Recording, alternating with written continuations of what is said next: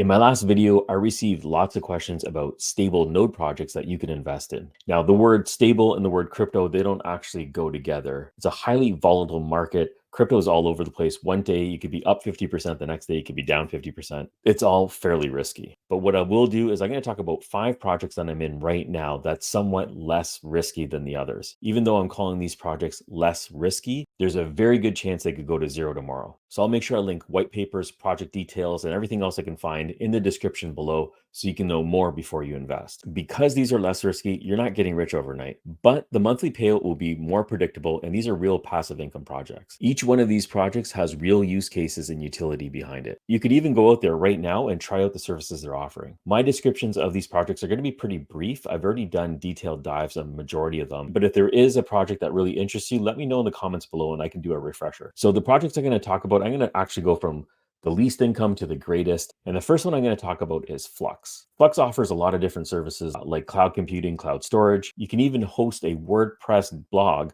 on one of their decentralized services. To get a node on the Flux network, you can start off with one of their basic ones like I did, and that's called the Cumulus node. For the Cumulus node, you're going to need to have 1,000 Flux. I have 3 Cumulus nodes, and last month I earned $24.23. Yeah, not a lot. Also, the price of Flux is now back on the rise. It could easily go back into the $1-2 range that it was previously. The next project I'm going to talk about is Presearch. Presearch is a decentralized search engine which allows users to control their data and privacy. A Presearch node is going to require 4,000 pre to be staked.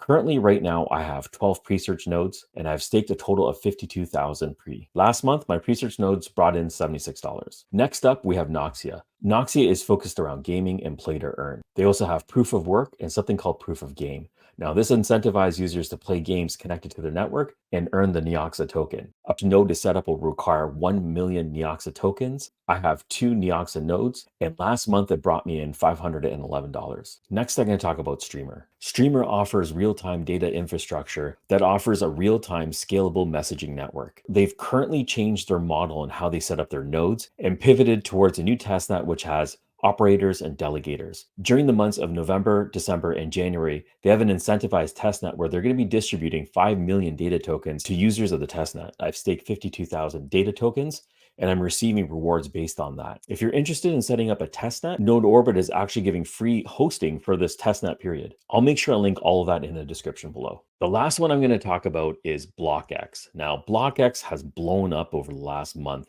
And when I was trying to get into it, it was extremely expensive. In order for you to buy a node, you're going to need 100,000 BlocX. Now that is going to be roughly $20,000. It's not exactly affordable right now. I'm in the Sleep Money Club, and inside the Sleep Money Club, we have a project in there that's running right now. It's called Shared Nodes. So what Shared Nodes does is it allows us to split up the nodes into digestible portions. And I bought 1 share of the BlocX nodes.